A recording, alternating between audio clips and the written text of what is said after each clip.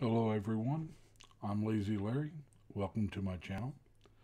I think today I'm going to talk about my father, who passed away a little over 41 years ago, and my older brother, who died at 37, and my younger brother, who died at 59.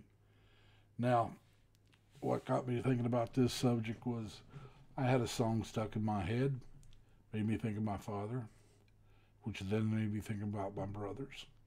The song is I'm a Truck, and it goes, Hello, I'm a truck. There'd be no truck drivers if it wasn't for his trucks. Those gear jamming, coffee drinking nuts, they drive their way to glory and they have all the luck.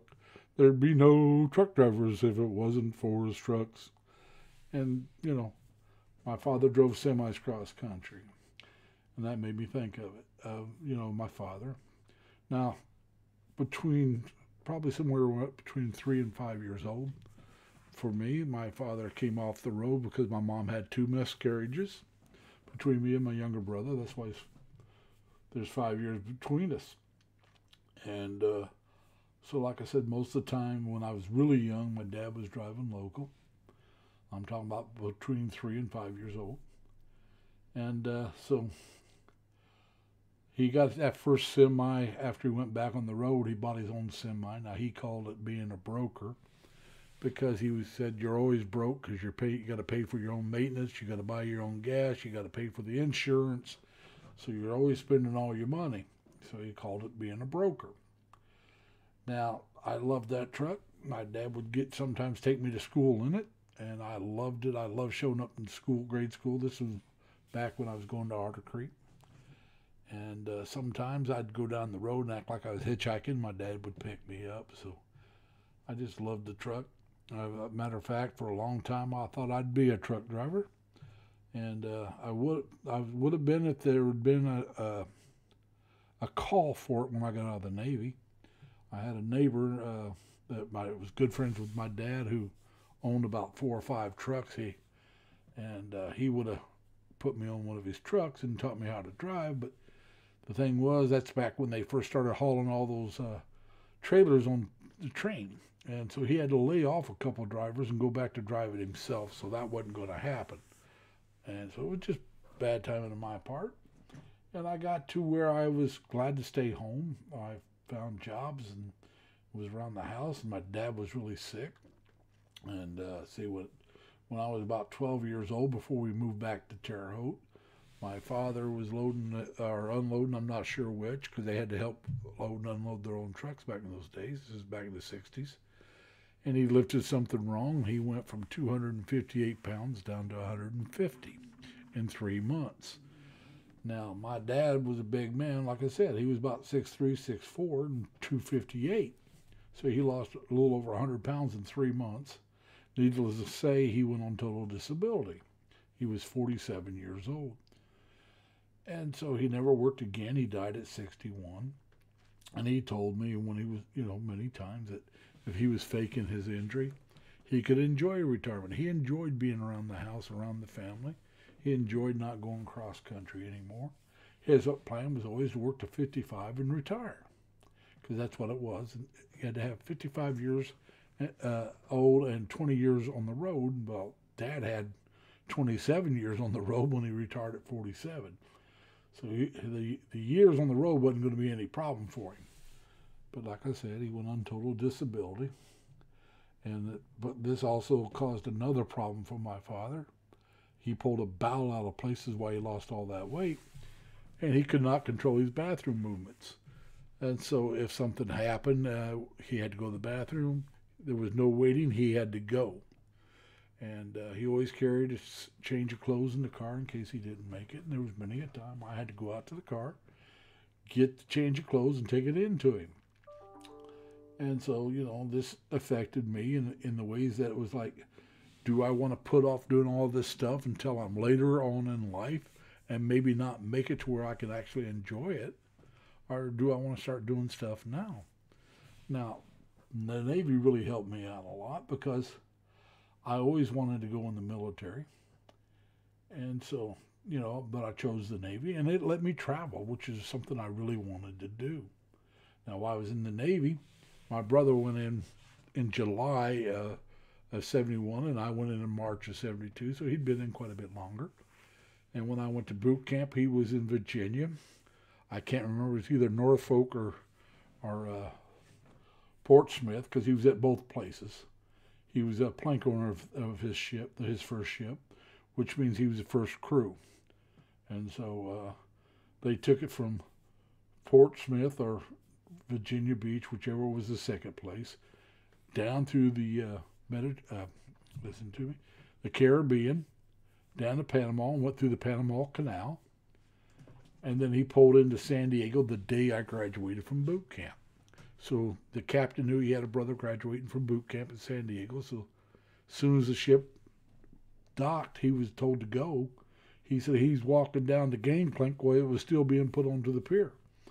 So he showed up at my graduation. I didn't know he was really going to be there. And he took movies of it because he was in taking movies. And so then I got a call telling me I had a visitor, and I was trying to figure out who it was. And when I showed up, it was my older brother. He was in his dress blues.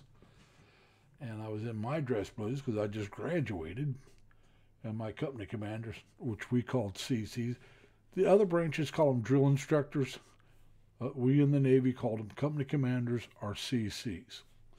And my CC saw my brother was in the Navy, and he told my brother, he said, look, you're going to be in port this weekend. We got some extra tickets. We're going to Disneyland. You can go for free. We even got a bus taking us up there. It won't cost you anything. You just have to be here by, it was 6 something in the morning, and in your dress blues. Well, so my brother showed up at the appointed time in his dress blues, and we went to Disneyland together. And like I said, my brother was into taking movies, so he took a movie of that. So, you know, my mom got to see all that, so did my dad. Now, I'd asked my older brother if I should pull brother duty with him because he was going home ported in Pearl Harbor, Hawaii. Gorgeous place to be. He said, no. He says, my ship goes out to sea and plays games a lot. He says, see what you get. If you got something better, I'll pull brother duty with you.